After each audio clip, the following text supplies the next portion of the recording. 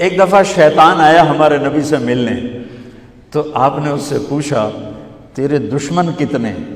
وہ مسلمان جو 24 گھنٹے باوضو رہتا ہے، 5 نمازیں ہیں، 30 روزے ہیں، زکوٰۃ اور حج مالداروں پر ہے۔ نماز ہماری بیس ہے، نماز کے بغیر معاشرے کی بنیاد نہیں بن سکتی۔ کسی حال میں بھی نماز معاف نہیں ہو سکتی۔ 14-15 صدی میں اگر نماز کی گنجائش مجھے نظر آتی ہے تو کربلا کے میدان میں حسینی قافلے کی نظر آتی۔ نہ پڑھو، تلواریں برس رہی ہیں، چند گھڑیاں باقی ہیں گردنوں کے کٹ جانے میں، اب نماز پڑھو یا نہ پڑھو گردن کٹنے والی ہے۔ اس کے باوجود امام عالی مقام نے زہیر آپ کے رائٹ سائڈ پر جھنڈے بردار تھے، ان کو اشارہ کیا کہ یہ شمر سے کہو نماز پڑھنے۔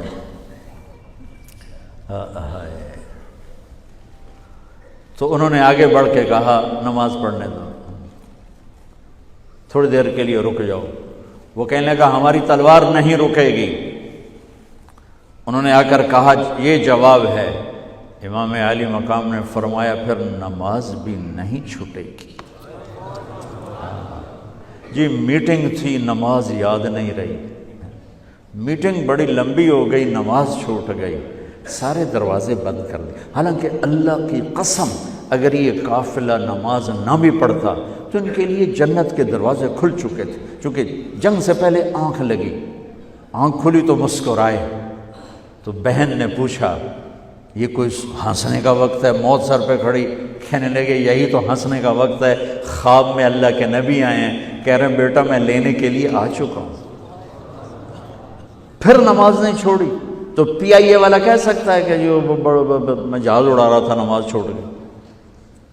ارے بھائی پوچھو علماء سے سفر میں کیسے پڑھنی ہے، آسانی کر دی، چھوٹی کر دی، معافی نہیں ہے۔ اگر معافی ہوتی تو اس حسینی قافلے کو ہوتی۔ آدھے نماز پڑھو آدھے جنگ کرو۔ اب تو 1440 ہجری ہو چکی ہے، 1440 سال میں سب سے خوبصورت نماز جو پڑھی گئی کربلا کے میدان میں پڑھی گئی، سب سے خوبصورت سجدہ جو کیا گیا کربلا کے میدان میں کیا گیا۔ اور زمین نے بھی کیا فخر کیا ہوگا کربلا کی زمین نے کہ آج کون ہیں جن کے ماتھے میرے اوپر ٹک کر یوں لگ رہے ہیں جیسے ٹیکا میرے ماتھے پہ آ گیا۔ جب سبحان رب الاعلیٰ کی صدا گونجی ہوگی تو زمین کی 7ویں تہ بھی ٹھنڈی ہو گئی ہوگی۔ تو میرے نبی کا نواسا ہمارے لیے دروازے بند کر کے جا رہا ہے۔ کسی حال میں نہیں چھوڑ سکتے نماز، سوائے اس کے کہ بے ہوش ہو جاؤ، چلو ٹھیک ہے، اس کے علاوہ نہیں چھوڑ سکتے۔ لیٹے لیٹے پڑھو، نہیں اٹھ سکتے لیٹے پڑھو، آنکھوں کے اشارے سے پڑھو، چھوڑ نہیں سکتے ہو۔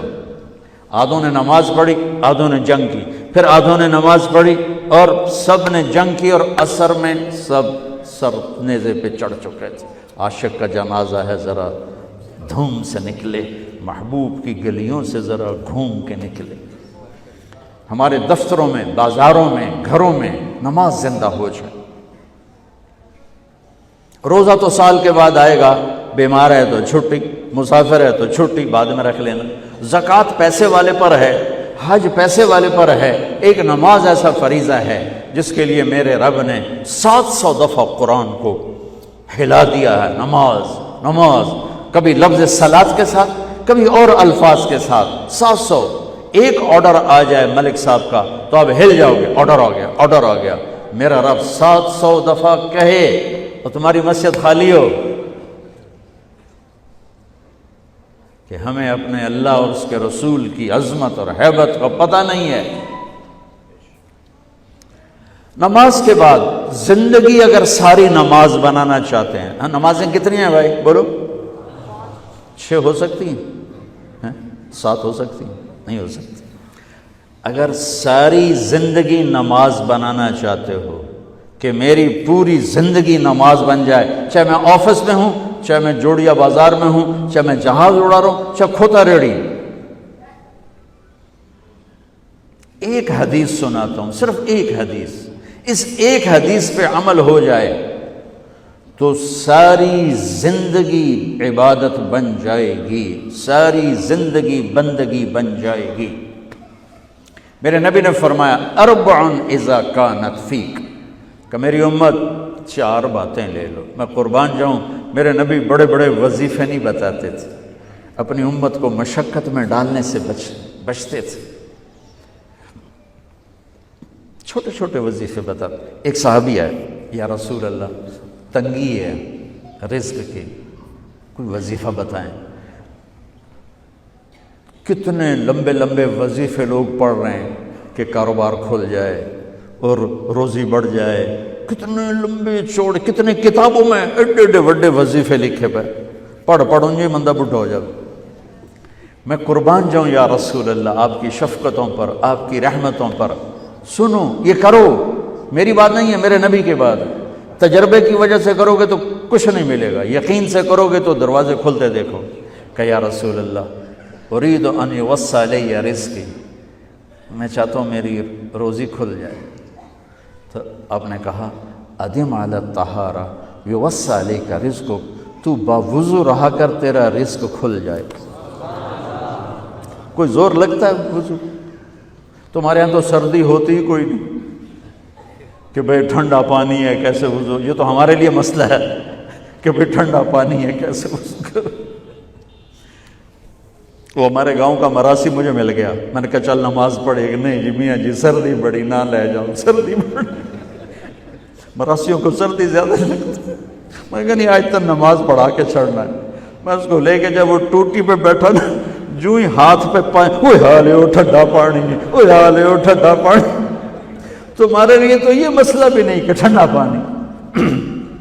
میرے نبی کی یہ سارا مجمع لے لو، یہ اوپر مستورات لے لیں، ادم علی الطہارہ یوسع علیک رزقک، میرے نبی نے فرمایا باوضو رہنا شروع کر دے، اللہ تیرا رزق کھول دے گا۔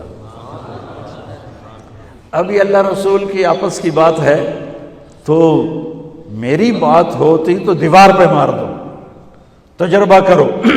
نبی کی بات کو تجربہ کر کے نہیں کرتے، یقین کے ساتھ کرتے ہیں۔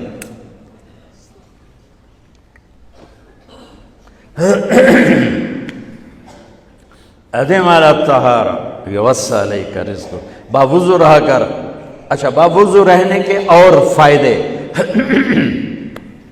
اللہ پیار کرتا ہے، شیطان ڈرتا ہے، اور وضو ہوگا تو نماز آپ ہی پڑھی جائے گی، چلو یار وضو ہے 4 فرض ہی پڑھ لو گی۔ ایک دفعہ شیطان آیا ہمارے نبی سے ملنے، تو آپ نے اس سے پوچھا تیرے دشمن کتنے؟ کہنے لگا 15۔ آپ نے فرمایا کون کون ہے؟ کہنے لگا پہلے تو تھوڑا ہی نمبر ہے، پہلا نمبر تو تھوڑے نال میرا لگو ہے۔ پھر کہنے لگا وہ مسلمان جو 24 گھنٹے باوضو رہتا ہے وہ میرا بڑا دشمن ہے۔ جو باوضو رہتا ہے اور باوضو سوتا ہے، ایک فرشتہ اس کے لیے بندگی کا ثواب لکھتا رہتا ہے۔